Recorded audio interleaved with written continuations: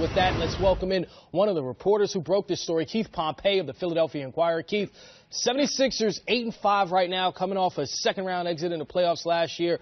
What does this deal tell you about their expectations for the rest of this season? I mean, this deal basically tells me that, they really want to, go further. I mean, the goal for the Sixers is to make it to the Eastern Conference Finals. I mean, that's their goal. And when you look at Jimmy Butler, I think this is more so for them, like, getting a third star long term. Like, if you look at it, the thought is that it will be hard for them to get someone in free agency, but if you got someone like right now, you'll have their bird rights. You can offer them the 5-year max. And I think that they're hoping that that's going to be enticing enough for him to stay. And that's the reason why I think they got it. They got it for this season, but make no mistake, they also got it for moving forward in the next couple of years. Keith, it's Mike Fratello. So the question now is, do they go after someone else to replace one of the two big bodies that have now moved on? Because they basically are light in front court people when you look at what happened. You know what? That's a great question, and I think they have to. I think they do. I mean, you look at it. There's a guy, Furkan Korkmaz, who sits at the end of their bench. He wants to be moved, so they can get rid of him. Also, this guy, Patton, who they acquired in the trade. He's a guy that's injured. Now, I'm not saying that things are going to happen, pronto, but I do believe that they have it set up to whereas they can make a trade or they can waive someone and they can pick someone up like they did last year off the waiver wire, because you look at it, that is a weakness right now, the 4 spot. So I think that they're going to try to, see what goes on a little bit, but they are definitely, I believe, going to make a move.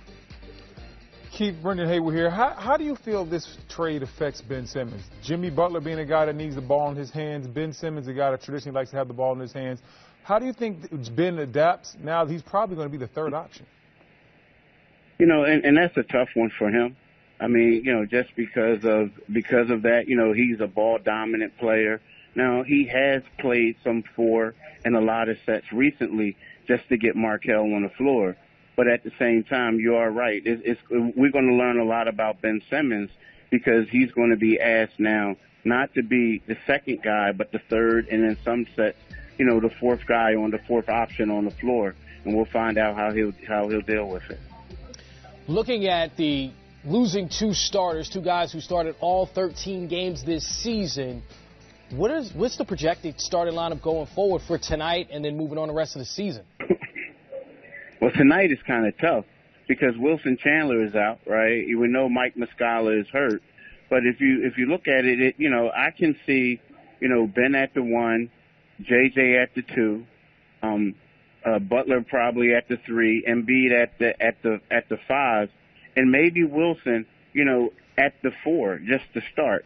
Because then, the problem is like you guys alluded to, they don't have a lot of bigs. So if you start Mike Muscala, right, and what happens, when you need that spark coming off the bench at the 5. Now, I know Amir Johnson does things, but they look for Mike Muscala to add some scoring off the bench. And if you start him, I think the bench is going to suffer.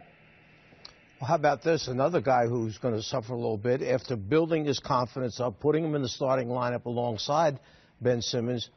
It could have a big effect on what happens with Fultz, because suddenly he could wind up going back to the bench, being that reserve rather than the starting guard with the first 5. Yeah, I understand that. But I also think that if they just would have, just said, okay, Markelle, the roster's the same, and we decided to take you off the bench. I mean, take you out of the starting lineup and bring you off the bench. It would affect him more than saying, hey, look, Markelle, we have an all-star. You can learn from him a little bit. You know what I mean? Get your confidence up, and we have this role for you right now.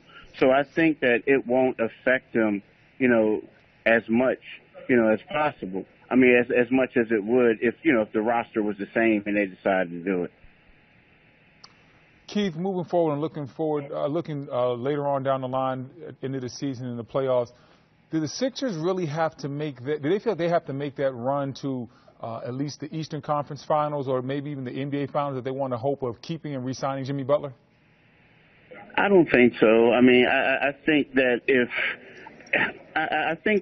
they pay him, and if he looks around and he sees that, playing with Embiid is great, if he sees that,